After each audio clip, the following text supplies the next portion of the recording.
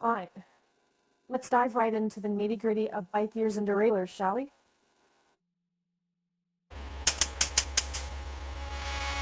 You see, the gear system of a bike is a fascinating example of engineering brilliance. It's all about making your ride smoother and more efficient, whether you're climbing uphill or sprinting on flat terrain.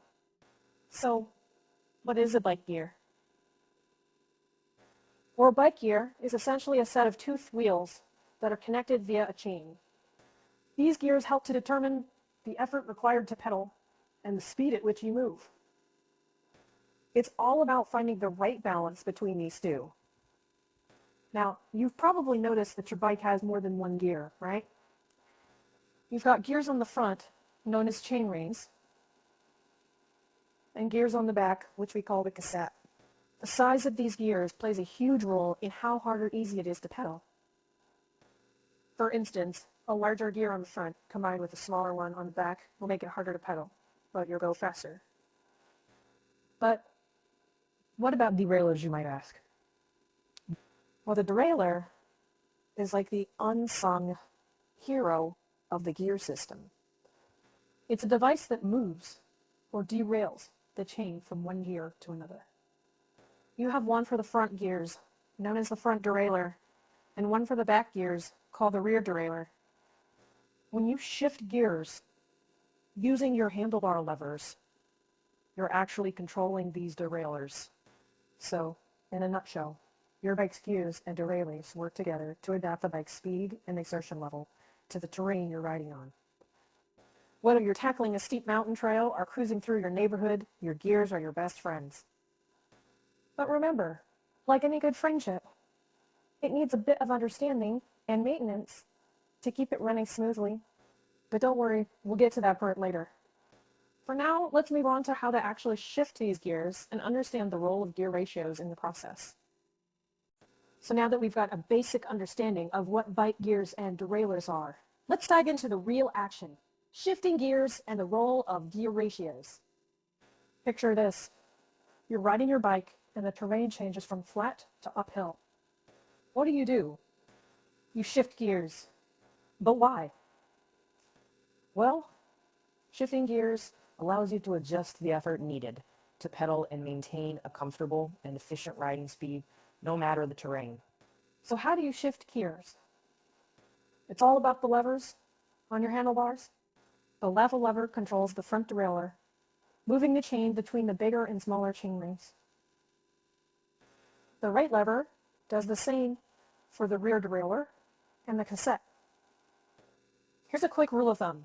If you want to make pedaling easier, like when you're going uphill or against the wind, shift to a smaller gear. If you want to go faster on flat or downhill terrain, shift to a larger gear. Easy, right? Now, let's talk about gear ratios. A gear ratio is a relationship between the number of teeth on two gears that are meshed, or two sprockets connected with a common roller chain, or the circumferences of two pulleys connected with a drive belt. In the context of bikes, it's the ratio between the number of teeth on the chainring and the chosen gear on a cassette. For example, if you have a gear ratio of 2:1 for every 2 rotations of the pedals, the rear wheel will complete 1 full rotation. Higher gear ratios, like 3:1, mean more effort is needed to pedal, but you'll go faster. Lower gear ratios, like 1:1, make it easier to pedal, but you'll go slower. So, by understanding and manipulating these ratios, you can tweak your ride to best suit the terrain and your own personal comfort. So there you have it, shifting gears and understanding gear ratios. Don't worry if it sounds a bit technical at first. With practice, it becomes second nature. Up next, let's look at different types of bike gears and their specific uses for different terrains. Alright, you've covered the basics of bike gears and derailleurs and how to shift gears. Now, let's delve into different types of bike gears and how they're used for different terrains. First off, your single-speed bikes. As the name suggests, these bikes have one gear ratio. They're simple, low maintenance, and perfect for flat terrains or city commuting. However, they're not the best choice for hilly terrains since they don't offer the flexibility to change gear ratios. Next up, we have multi-speed bikes, which are pretty much the standard these days. They have multiple gears that you can shift through to adapt to different terrains and riding conditions. Within this category, there are several types, such as road bikes, mountain bikes, and hybrid bikes, each with their specific gear setups. Mountain bikes, for example, often have a wide range of gears to tackle steep ascents and descents. They may have a triple chainring setup at the front, providing an extra low range of gears for steep climbs. Road bikes, on the other hand, typically have a narrower range of gears suited to maintaining high speeds on flatter, slightly hilly terrains. They often come with a double chainring setup at the front, trading off a low range of gears for a lighter setup. And we have hybrid bikes, which sit somewhere in between.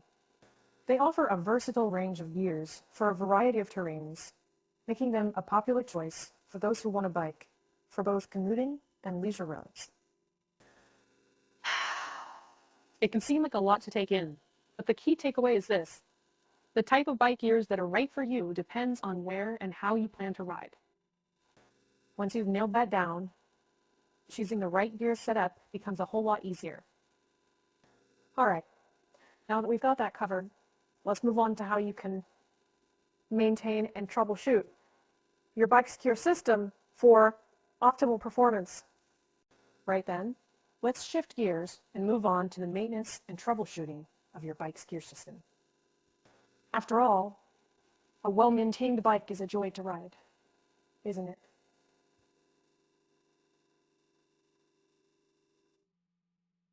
First things first, keep it clean. Regularly cleaning your bike, especially the gears and chain, is crucial.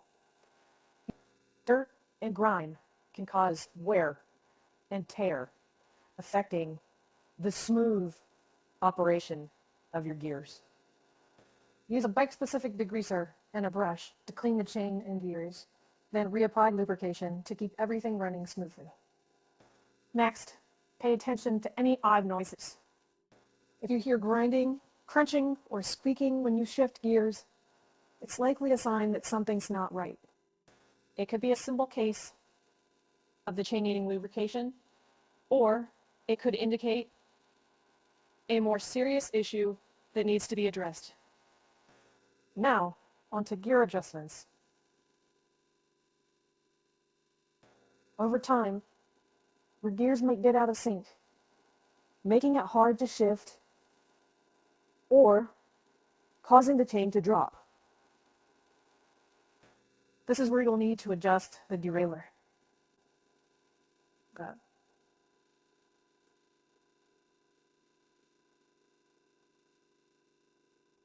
The derailleur has two screws marked H and L, which stand for high and low.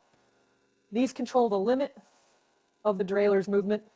If the chain isn't reaching the largest or smallest gear, you may need to adjust these screws. Plus, the H screw adjusts the derailleur's movement towards the smallest gear, and the L screw does the opposite. It's a bit of a trial and error process, but with a bit of patience, you can get your gears shifting smoothly again. And, of course, regular inspections are key.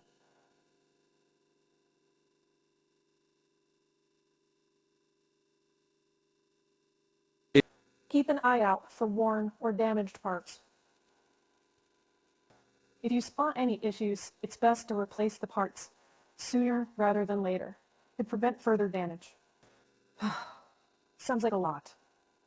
Well, remember that a well-maintained gear system not only prolongs the life of your bike, but also makes you ride smoother and more enjoyable. So, we've talked about the basics of bike gears and derailleurs, shifting gears, types of bike gears, and their maintenance. Now, let's move on to our final section. The impact of gear, shifting on your cycling speed, and energy efficiency. All right, we've made it to the final stretch. Let's now discuss the impact of gear shifting on your cycling speed and energy efficiency. You see, gear shifting isn't just about making your ride more comfortable. It can also significantly affect how fast you go and how much energy you expend during your ride. The basic rule is this: the higher the gear, the harder it is to pedal, but the faster you'll go for each turn of the pedals. Conversely, a lower gear makes it easier to pedal, but you'll go slower for each pedal stroke. Now, it's tempting to think that always using a high gear will make you faster, but that's not necessarily the case. If you're in too high a gear, you'll tire yourself out quickly. On the other hand, if you're in too low a gear, you'll be pedaling a lot without getting much speed. The key is to find the right gear for your riding conditions that allows you to maintain a steady, comfortable pedaling rhythm or cadence. And that's where energy efficiency comes in. Shifting gears to maintain a steady cadence helps to preserve your energy and avoid fatigue. For most people, a cadence of 60 to 80 revolutions per minute, RPM, is a sweet spot for efficient riding. So, if you're going uphill, shift down to a lower gear to maintain your cadence without exerting too much effort. If you're on flat terrain or going downhill, shift up to a higher gear to keep up your speed without spinning your legs too fast. And there you have it. Understanding this relationship between gear shifting, speed, and energy efficiency can really make a difference in your rides, whether you're commuting, racing, or just out for a leisurely ride. So keep practicing your gear shifting, maintain your gear system, and most importantly, enjoy the ride. Remember, cycling isn't just about the destination. It's about the journey too.